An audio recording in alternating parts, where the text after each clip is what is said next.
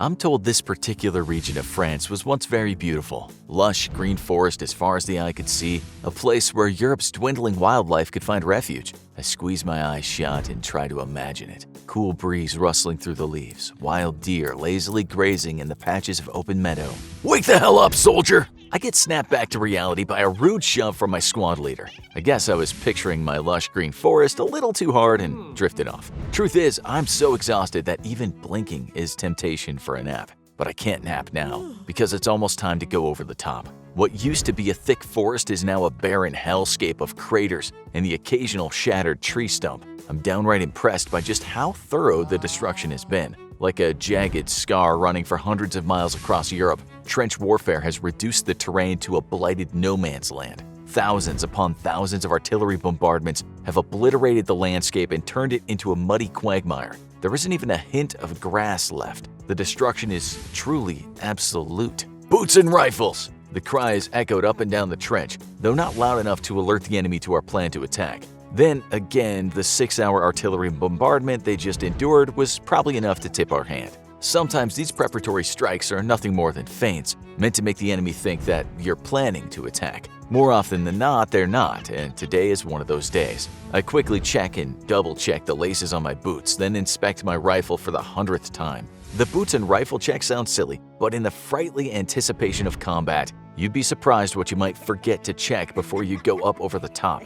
Loose or untied boots is a good way to get yourself killed as you rush like crazy to the enemy trenches, and your rifle must be clear and free of mud and dirt, no easy feat in the perpetual sludge that are the trenches. Groundwater seeps into the trenches, which must be dug deep in order to protect the men inside of them. This part of France has a shallow water table, and water seepage is constant and completely unavoidable. To make matters worse, it's been an extraordinarily rainy season. I don't remember the last time I was dry. We eat in the mud, we fight in the mud, we sleep in the mud. Inevitably, most of us will die in it too.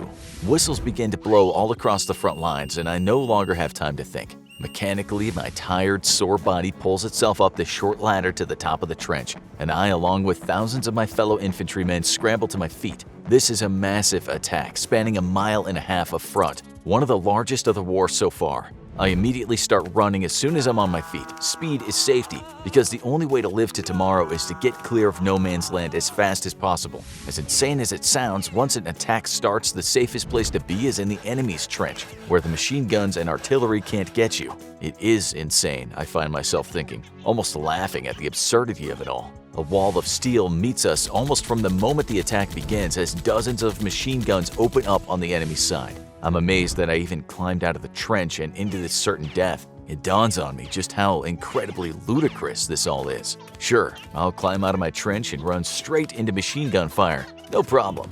Nuts. Somebody later will call it courage, or that we were fighting for freedom or some such nonsense. Funny because all these trenches are about 4,000 miles from my home in New York. Why are we fighting yet another one of Europe's endless wars? But here I am, and now the only way to live long enough to make it back home is to run as fast as I can. Safety is the enemy's trench. The machine gun fire is intense, and men fall by the scores. There's no defense from this. The only thing you can do is run and keep on running. Some men stop, raise their rifles, and try to fire back. It's a death sentence. The machine guns find them first, and they don't have to be accurate about it. As I run, I see yet other men huddled in shallow craters or behind the few remaining stumps that litter the battlefield. One man is even building a barricade out of dead bodies. That'll be a death sentence for them too. The enemy snipers inevitably find each and every one of them. Running is safety, and safety is the enemy's trench. Halfway across no man's land, artillery begins to burst around us. It's too late to do serious damage. Communications are slow,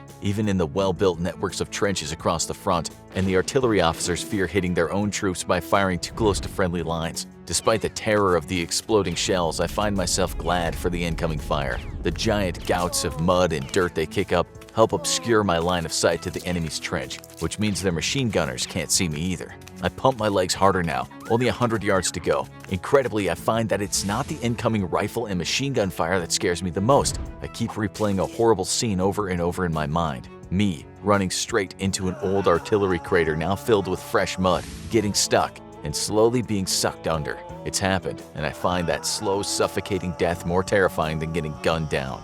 A loud roar breaks across the charging troops as we close the gap to the first trench. I have no idea how many of us made it across. It doesn't matter right now. What matters is getting into that trench. I can feel bullets cracking through the air around me, and with a final desperate lunge, I throw myself straight into the yawning trench before me. I'd come crashing straight down on a German soldier. I can hear him groan as I accidentally knock the breath out of him. He must have been ducking to reload, or perhaps he was a coward and couldn't face the incoming attack. Whatever the case, he's now scrambling to get out from under me, and I spot his free hand going for a knife at his hip. I'm faster though, and in the mud at the bottom of the German trench, I wrestle the enemy soldier's hand away. Our rifles are forgotten, and after a few more moments of struggle, it's finally me who comes out the victor, my own knife finding home between the soldier's ribs. I've learned not to look at their faces. That way you don't have to remember them. But we were both so physically entangled that it's impossible not to. It's a kid, maybe freshly 18 years old. I could see very new, very thin growth of hair on his upper lip, probably his attempt at a first mustache. The kid lets out his final breath hot against my own face as I struggled to disentangle myself from him. I bet they told him he'd be a hero as he marched off to war just weeks ago. I quickly rise to my feet, pick up my rifle, but hold it with my knife in my non-shooting hand. The trenches are such tight confines that I know I'll inevitably come down to the knife again.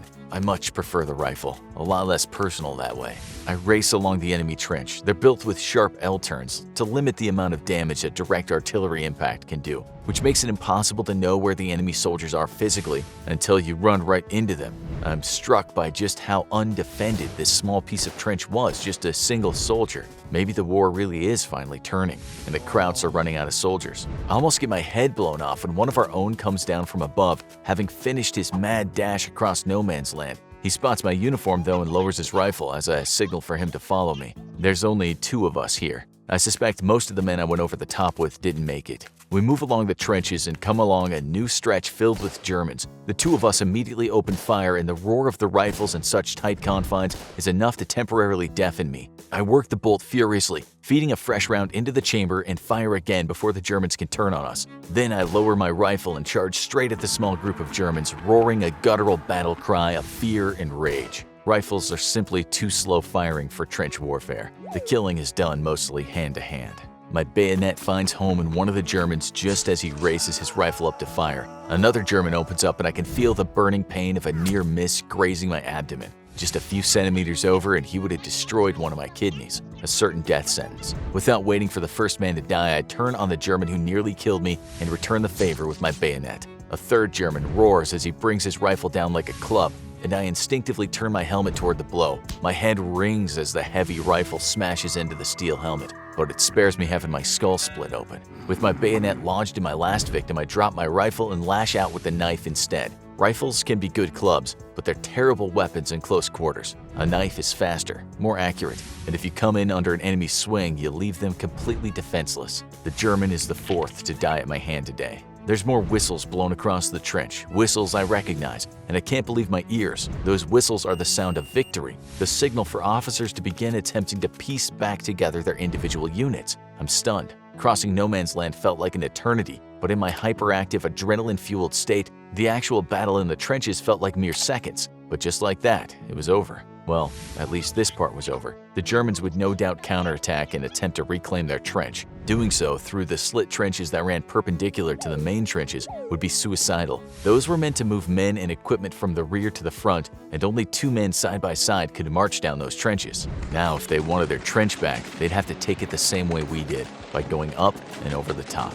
I immediately start working on a firing position from which I can engage the inevitable counterattack, and I hear more men climbing in over the top. This time it's machine gunners and their bulky machine guns, disassembled in pieces for the mad dash across no man's land. They quickly work to set up a position, and with their presence I find myself feeling a bit better about the whole thing. Now it would be the Germans' turn to face the machine guns if they really wanted their trench back. There's the roar of artillery exploding all across our line as the Germans fire on their own previously held positions. No doubt there remain small pockets of German troops fighting for their lives, but that's not something the generals in charge can afford to care about right now. If this entire section of the front was to be kept from collapse, then this trench has to be retaken, and the only way to do that is to blast it as hard as one can before the inevitable charge. At least it won't be me going over the top this time, and for that I'm grateful. Ready for more action-packed war stories? Check out How I Survived Modern Combat, or click this other video instead.